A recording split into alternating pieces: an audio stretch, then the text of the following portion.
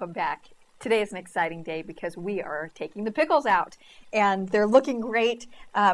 They're smelling great. I've even been scraping the top layer off around the edges and tasting them occasionally, and we're starting to get exactly where we want these pickles to be. They're crunchy and flavorful, and we're going to pop them out of the jar. And then once you get them out of this big fermentation crock, I like to transfer them into smaller jars and put them in the refrigerator so they'll last longer and stay crispy. So we've got a plate down here to lift up.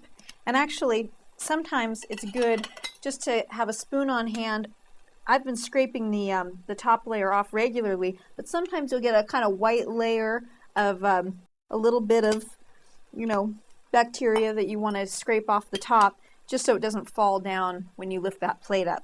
So I'm getting most of that off right there, and most of it's off, like I said, from just staying on top of it. And now I'm going to pull this plate off, and you can see the grape leaves that we put in before, and our dill head, and the beautiful red peppers. And sometimes I save the dill and just put it right into the jar just so it keeps flavoring the pickles in the refrigerator. I do the same with the peppers and some of the brine. And here we are looking down at our first pickles, and I have to taste them just to make sure they're crunchy and as flavorful as I want them to be.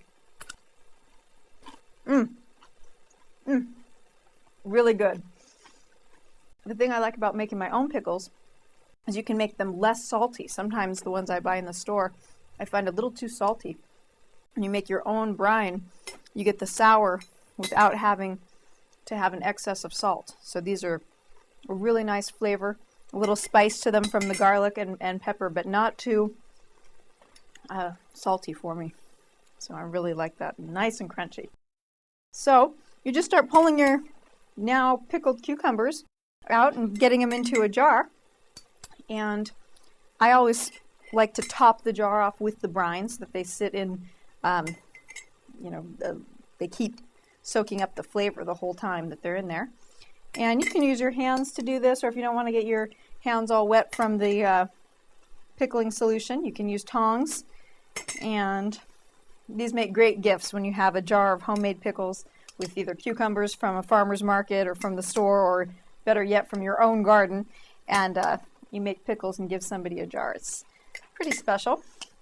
And I always like to keep a jar for myself and give a jar away, because it's a fun way to share the bounty of the garden with friends and family.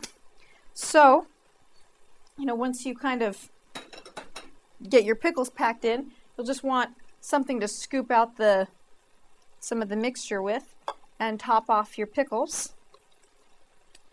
And when you get it, you can fill it all the way up. You could go halfway full. They don't necessarily have to be covered any longer, because really having them covered is only essential when you are fermenting the pickles. That's where bacteria would grow on the pickle itself if you didn't have it covered. But once you stick it in the refrigerator and the fermentation process is done, you don't have to necessarily have them covered all the way. So that would do just fine. So that's about it. You've got your pickles, your finished pickles, and I'm going to keep putting them into jars and serve a couple up at the cafe here. Hey, Amy. Hey, Scott. I hear you're harvesting the pickles. I am. Oh, they look fantastic. Try one. May I? Try okay, one, yeah. Great, on camera. Good crunch. I hear the crunch. Lots of crunch. Sour, dill. These are good. A little bit of garlic, right? I can see it here in the jar.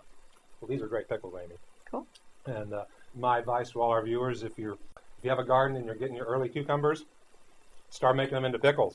And if not, go to the farmer's market, buy bulk pickles, turn those into pickles, because these are great. Amy, thank you. Sure.